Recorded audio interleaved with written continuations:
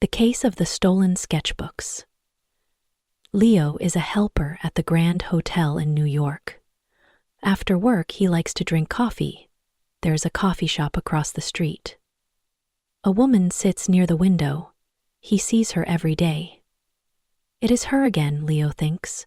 She is here every afternoon. I want to say hello. Leo goes into the coffee shop. He buys a coffee. Then he walks to the woman's table. "Hi," he says. "My name is Leo. Can I sit here?" "Okay," she says. "I am Anna."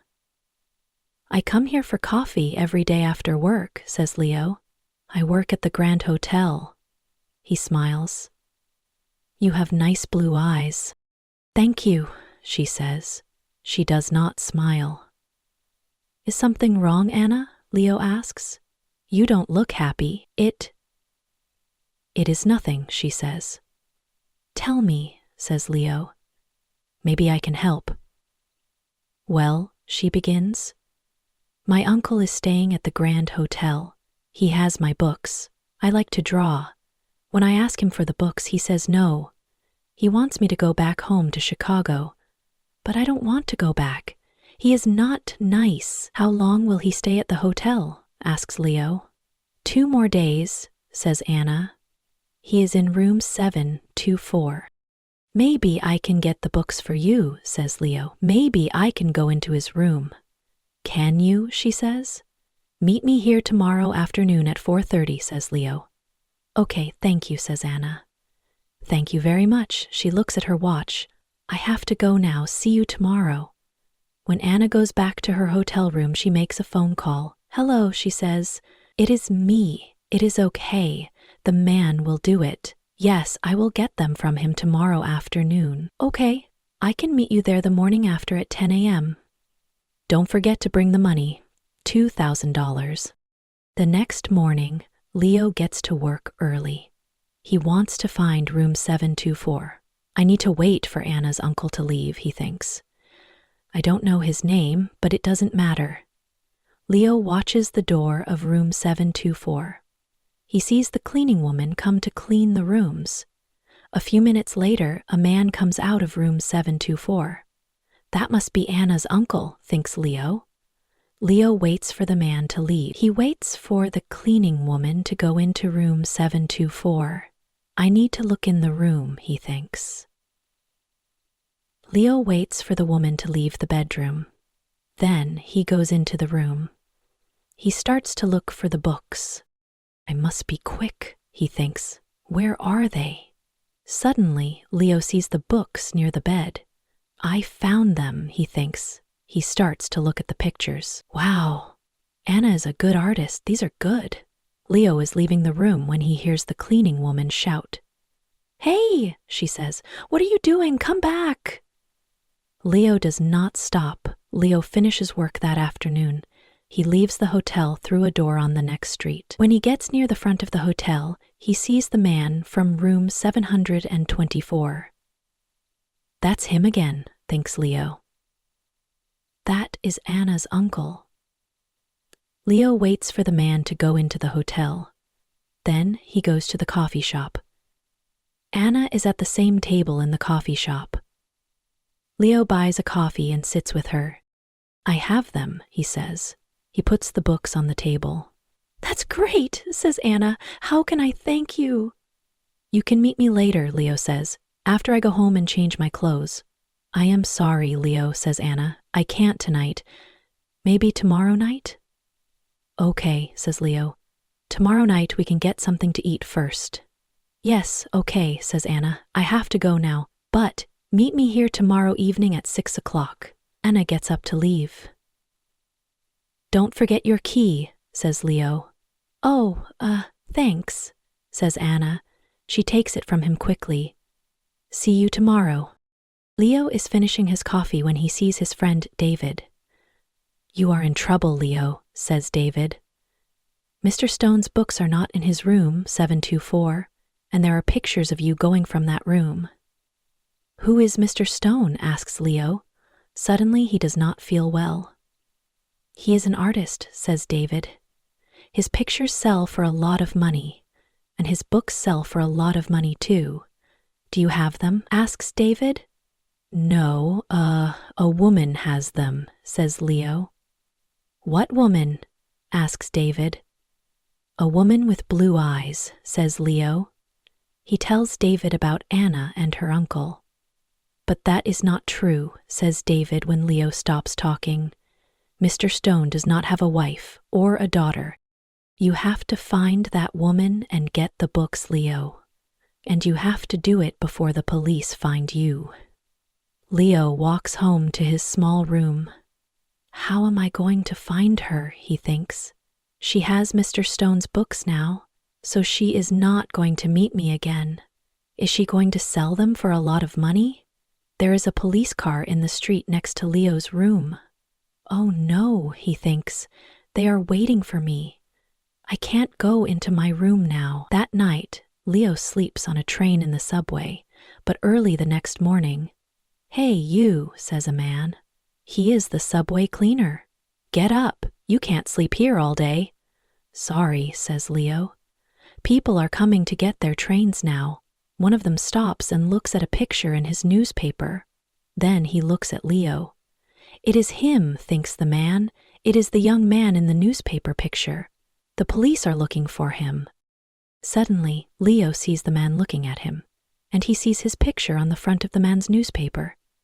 I have to get out of here quickly, he thinks. The man with the newspaper finds a policeman. It is him, he tells the policeman. The hotel helper. Hey, you, the policeman calls Leo. Leo runs. Stop, calls the policeman. Leo does not stop. I have to get out of this uniform, he thinks.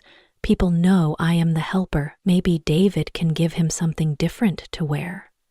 When he gets to David's room, David opens the door.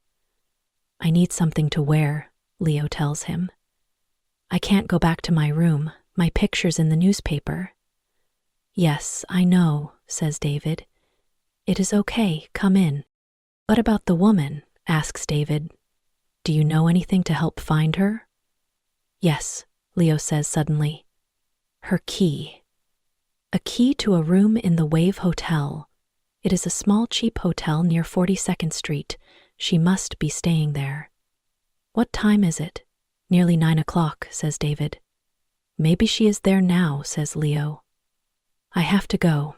Thanks, David. 20 minutes later, Leo is near the Wave Hotel. Am I too late? He thinks. Suddenly, Leo sees Anna come out of the hotel. Anna, he calls, wait, I have to talk to you. Anna sees him, but she does not stop. There's a car waiting for her. She says something to the driver and gets into it quickly. Oh no, says Leo. Pier 83, says an old man in the street. Leo looks at him. What? The woman is going to Pier 83, West 42nd Street. For the Circle Line boat, says the old man. Leo smiles. Thanks, he says. He starts to run. Leo runs all the way to Pier 83. People are getting on the boat. He buys a ticket and gets on the boat. Leo looks for Anna, but a woman with a newspaper is looking at him. It is the young man in the picture, she tells the man with her. Call the police, Sam. The man gets his phone and calls the police. Does not see two policemen get on the boat. They quickly find Leo. Where are Mr. Stone's books? The first policeman asks him. I do not have them, says Leo. You do not want me, you want her. She has the books. Hey, look, he is right, says the second policeman. The two policemen move quickly to Anna and the man. I do not understand, says Anna. The two of you are coming with us, says one of the policemen. You are in trouble. Later, Leo and a policeman take the books back to the hotel. Mr. Stone is very happy to see them again. I am sorry, Mr. Stone, says Leo. He tells him everything.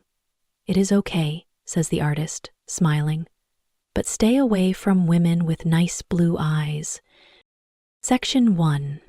Leo's backstory and the Grand Hotel. Leo wasn't always a helper at the Grand Hotel. He came to New York City with big dreams. He wanted to be a writer. He had a small notebook full of stories and poems. He worked hard at the hotel, cleaning rooms, carrying bags, and helping guests. It wasn't the writing life he imagined, but it paid the rent on his tiny room in Brooklyn. He always kept his notebook with him, hoping to find inspiration in the busy city. The Grand Hotel was a place of secrets. Rich people came and went, whispering in corners, hiding behind sunglasses. Leo saw it all. He knew who was having an affair, who was gambling too much, and who was lying about their age. He never said anything, of course. It was not his place. He just smiled and did his job. But sometimes he wrote about them in his notebook, changing the names and the details. He liked working at the Grand Hotel, even though it was hard work. The other helpers were his friends.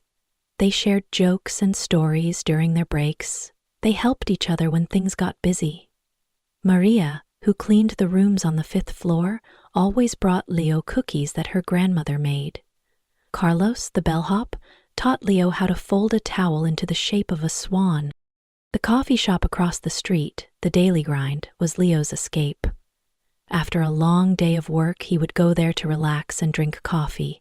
He liked to sit by the window and watch the people walking by. It was a good place to think and write in his notebook. The coffee was strong, and the atmosphere was quiet and peaceful. He knew the owner, Mr. Kim, who always gave him an extra cookie with his coffee. The first time Leo saw Anna, he was struck by her eyes. They were the color of a summer sky, and they seemed to hold a sadness that he understood. He saw her there every afternoon, sitting at the same table, sipping coffee and staring out the window. He wanted to talk to her, but he was too shy. He just watched her, wondering what her story was. He wrote about her in his notebook, calling her the Blue-Eyed Mystery. Section 2. Building the Relationship with Anna. Leo found himself looking forward to the end of his shift. The thought of seeing Anna in the coffee shop gave him something to look forward to. He would rush through his last tasks, eager to get across the street. One day he decided he couldn't wait any longer. He had to talk to her. He took a deep breath and walked over to her table. His heart was beating fast. "Hi," he said, trying to sound casual. "My name is Leo. Can I sit here?" Anna looked up, surprised. She smiled slightly. "Okay," she said. "I am Anna." Leo sat down, relieved. He didn't know what to say next. "I come here for coffee every day after work," he said. "I work at the Grand Hotel." He smiled. "You have nice blue eyes." He felt a little silly saying that, but it was the first thing that came to mind. "Thank you," she said, but she didn't smile back. Her eyes still held that sadness. "Is something wrong, Anna?" Leo asked. He couldn't help himself. He wanted to know what was bothering her. "You don't look happy." Anna hesitated. She looked down at her coffee. It is nothing," she said. Leo knew she wasn't telling the truth. He wanted to help her. "Tell me," he said gently. "Maybe I can help." Anna took a deep breath. She looked up at Leo, her blue eyes filled with tears. "Well," she began, "my uncle is staying at the Grand Hotel. He has my books. I like to draw. When I ask him for the books, he says no." Leo listened carefully. He could see that this was important to her. "He wants me to go back home to Chicago. But I don't want to go back. He is not nice." Leo felt a surge of anger towards this uncle. He couldn't imagine keeping someone from doing what they loved. "How long will he stay at the hotel?" asked Leo. 2 more days, said Anna. "He is in room 724. Leo thought for a moment. He knew the hotel layout well. He had a plan. "Maybe I can get the books for you," said Leo. "Maybe I can go into his room." Anna looked at him, her eyes wide with hope. "Can you?" she said. "Meet me here tomorrow afternoon at 4:30, said Leo, "and I'll see what I can do." "Okay, thank you," said Anna. Thank you very much. She looked at her watch. I have to go now. See you tomorrow. Leo watched her leave, feeling a mix of excitement and worry. He knew he was taking a big risk, but he couldn't let Anna down. He was going to get those books back for her. Section 3. Anna's phone call and Leo's preparations. After leaving Leo, Anna hurried back to a different, much less grand hotel on the other side of town. The room was small and plain, but it served its purpose. She closed the door and immediately reached for the phone. She dialed a number she knew by heart. It rang several times before a gruff voice answered. "Hello?" she said, her voice barely a whisper. "It is me." There was a pause on the other end. "Yeah? What is it?" "It is okay," Anna continued, her voice gaining a little strength. "The man will do it. Yes, I will get them from him tomorrow afternoon. Okay, I can meet you there the morning after at 10 a.m. Don't forget to bring the money, $2,000. $2,000, the voice grumbled. That's the deal. Don't try to change it now. I am not, Anna said quickly. I just want my share. You'll get it when I have the goods. Don't screw this up. The line went dead.